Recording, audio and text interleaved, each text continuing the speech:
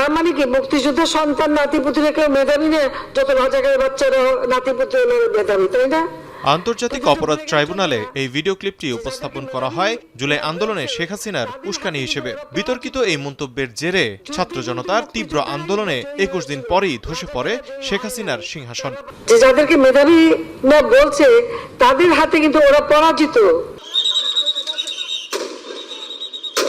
যুক্তিতর্কের তৃতীয় দিনে ভারী পরিবেশ তৈরি হয় যখন চিফ প্রসিকিউটর একে একে জুলাই আন্দোলনের আহতদের বক্তব্য তুলে ধরেন। এ সময় দেখানো হয় শহীদ ইয়ামেন, শহীদ ইমাম হাসান তাইম সহ জুলাই যোদ্ধাদের ওপর পুলিশের বর্বরোচিত হামলার ফুটেজ।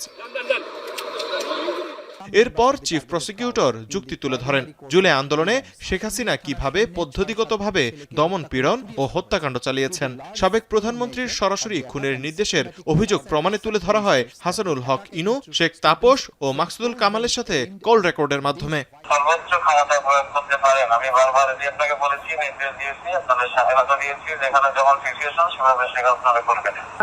হেলিকপ্টার দিয়ে সোজা বম্বিং করা হবে।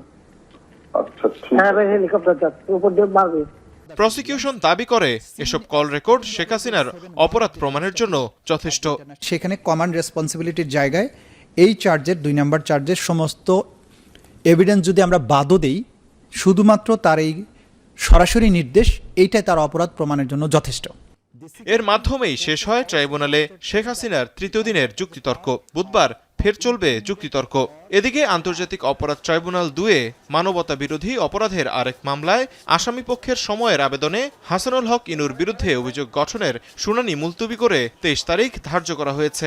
একই দিনে আরেক মামলায় আওয়ামী লীগ নেতা হানিফ সহ আরও ৪ জনকে আদালতে আত্মসমর্পণের বিজ্ঞপ্তি দিয়ে আদালতে প্রতিবেদন জমা দেওয়ার আদেশ দেওয়া হয়। তৌহিদুল তারেক, এখন, ঢাকা।